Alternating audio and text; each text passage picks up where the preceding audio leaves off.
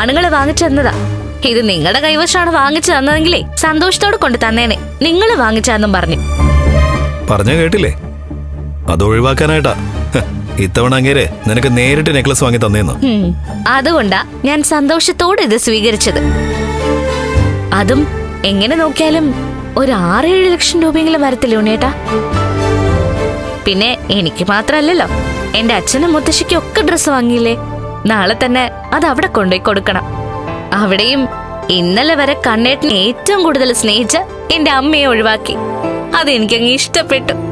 ഇതൊക്കെ കണ്ടിട്ട് കൂടുതൽ സന്തോഷിക്കണ്ടെന്നാ എനിക്ക് നിന്നോട് പറയാനുള്ളത്. ഞാനൊന്ന് ചോദിക്കട്ടെ, സ്വന്തം കാശ് കൊടുത്ത് ഇതുപോലൊരു നെക്ലസ് എനിക്ക് വാങ്ങിത്തരാൻ നിങ്ങളെ കൊണ്ട് എന്തെങ്കിലും കഴിയൂ? അതുപോട്ടെ, 1 പവന്റെ കമ്മലെങ്കിലും വാങ്ങിത്തരാൻ നിങ്ങൾക്ക് പറ്റുമോ?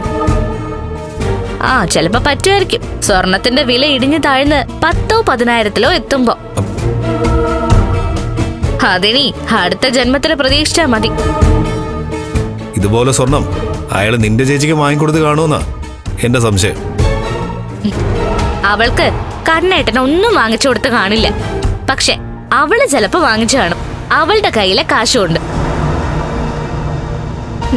അവളിപ്പോ ലക്ഷങ്ങൾ കൈകാര്യം ചെയ്യുന്ന ഒരു വ്യക്തിയാ. കണ്ണേട്ടന്റെ വിയർപ്പിന്റെ പകുതി അവളിപ്പോ ആസ്വദിച്ചുകൊണ്ടിരിക്കുക. എങ്കിലും വിഷുവിന്റെ അന്ന് അവൾ അമ്പലത്തിൽ വരാതിരിക്കില്ല. അന്നതേ കണ്ണേട്ടൻ അന്ന് ഈ സെറ്റ് സാരിയെ കൊടുത്ത് ഈ നെക്ലസും ഒക്കെ ഇട്ട് അവളുടെ മുന്നിലേക്ക് എനിക്കൊന്ന് ചെല്ലണം. എന്നിട്ട് എല്ലാം കണ്ണേട്ടൻ വാങ്ങി തന്നാന്ന് അവളുടെ മുഖത്ത് നോക്കി എനിക്ക് പറയണം. വിഷുവിന് മുമ്പേ അത് ചെയ്യുന്നതായിരിക്കും നല്ലത്. വിഷുവോടെ എന്റെ അന്വേഷണം പൂർത്തിയാവും. ഇയാളുടെ ഒരു അന്വേഷണോ? സത്യം പറയാലോ, ഏത് നേരവും പിച്ചും പെയ്യും പറയുന്ന നിങ്ങളെ ഞാൻ തള്ളിക്കളഞ്ഞു പോകേണ്ട സമയം കഴിഞ്ഞു. പിന്നെ പിടിച്ചു നിൽക്കുന്നത് മറ്റു ചില കാരണങ്ങളും കൊണ്ടാ. അതെന്താ കാരണം? അല്ല, അതൊന്നും പറയാനുള്ള സമയമായിട്ടില്ല. ഞാൻ നാളെ എന്റെ വീട്ടിലേക്ക് പോകുന്നു പറഞ്ഞല്ലോ. ആ നേരത്ത് എനിക്കൊപ്പം നിങ്ങൾ വരുമോ? എന്തിനാ? ആ വട്ടനെ കാണാനോ? വട്ടനോ? ആരെയാ നിങ്ങൾ അങ്ങനെ വിളിച്ചത്?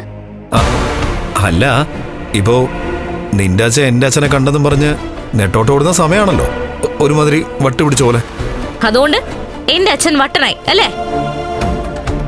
അതല്ല കരണേ, അവിടെ വന്നു കഴിഞ്ഞാൽ എനിക്ക് നിന്റെ അമ്മയെ കാണേണ്ടി വരും. നീ ഇപ്പൊ പറഞ്ഞല്ലോ കണ്ണേട്ട അവർക്ക് മാത്രം ഡ്രസ്സൊന്നും എടുത്തില്ലാന്ന്. അതുപോലെ തന്നെ എനിക്കും അവരോട് വെറുപ്പാ.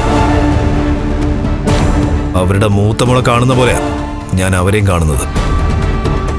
പിന്നെ ആ മുഖം കാണാൻ ഞാനെന്തിനാ അങ്ങോട്ട് വരുന്നത്? എന്നാ വേണ്ട. പക്ഷെ കണ്ണേട്ടം വാങ്ങി തന്ന ഈ നെക്ലസ് ഇട്ടോണ്ട് എന്റെ അച്ഛന്റെയും മുത്തശ്ശിയുടെ ഒക്കെ മുന്നിൽ ചെല്ലുമ്പോ അവർക്കൊക്കെ അത് വലിയ സന്തോഷായിരിക്കും. ഇനിയിപ്പോ അടുത്ത ഓണത്തിന് മിക്കവാറും ഒരു 10-15 ലക്ഷത്തിന്റെ നെക്ലസ് ആയിരിക്കും കണ്ണേട്ടൻ എനിക്ക് തരാൻ പോകുന്നത്. പിന്നെ ഇടയ്ക്കിടയ്ക്ക് എന്തെങ്കിലുമൊക്കെ ആവശ്യം വന്നാ കണ്ണേട്ടനോട് ചോദിക്കണം. സ്വന്തം ഭർത്താവ് കഴിവുകെട്ടവനായി പോയാൽ അന്യനൊന്നും അല്ലല്ലോ, ഭർത്താവിന്റെ ഏട്ടനല്ലേ. പിന്നെ അദ്ദേഹത്തിന്റെ മുന്നിൽ കൈ നീട്ടുന്നത് കൊണ്ട് എന്താ കുഴപ്പം? വിഷു വരെ അതൊക്കെ തുടരാം. അത് കഴിഞ്ഞാലും ഒന്നും സംഭവിക്കത്തില്ലടോ. 24 മണിക്കൂറും വിഷു വരെ എന്ന് പറഞ്ഞുകൊണ്ടിരിക്കുക. വിഷുവിനൊരു വിഷുക്കോടി പോലും വാങ്ങിത്തരാതെ. ദേ, എല്ലാ വർഷവും അതിമനോഹരായിട്ടാ മഹാലക്ഷ്മി വിഷുക്കണി ഒരുക്കിക്കൊണ്ടിരുന്നത്. ഇത്തവണ അതിനേക്കാൾ നന്നായിട്ട് അമ്മയ്ക്കൊപ്പം നിന്ന് എനിക്ക് വിഷുക്കണി ഒരുക്കണം. അതിന് നല്ലൊരു ശ്രീകൃഷ്ണ വിഗ്രഹം എനിക്ക് വാങ്ങിത്തരണം. കണ്ടാൽ നല്ല മെഴുകുപോലെ ഇരിക്കണം, അതുപോലെ തിളങ്ങണം. ഇനി കണ്ണേട്ടനെ സന്തോഷിപ്പിക്കല എന്റെ ജോലി. ഈ സ്വർണത്തിനും ഡ്രസ്സിനും ഒക്കെ കുടുംബത്തിൽ എന്തുമാത്രം പ്രാധാന്യമുണ്ടെന്ന് ഞാൻ പഠിച്ചോണ്ടിരിക്കാം. സത്യത്തിലെ നീയൊക്കെ സ്നേഹിക്കുന്നത് മനുഷ്യനാണോ അതോ ഇത്തരത്തിലുള്ള ആഡംബരങ്ങളാണോ? എന്താ സംശയം? അതിലൊക്കെ മുങ്ങിത്താണാണ് ഞാൻ വളർന്നത്. അങ്ങനെയുള്ള ഒരുവൾക്ക് ഇടയ്ക്കെങ്കിലും അവൾ ആഗ്രഹിക്കുന്ന സമ്മാനങ്ങൾ കിട്ടണം. ഡിറ്റക്റ്റീവ് ഉണ്ണി കമലേശ്വരത്തിന് അത് മനസ്സിലായല്ലോ. ഞാനേ ഇത് നമ്മെ കാണിച്ചിട്ട് വരാം.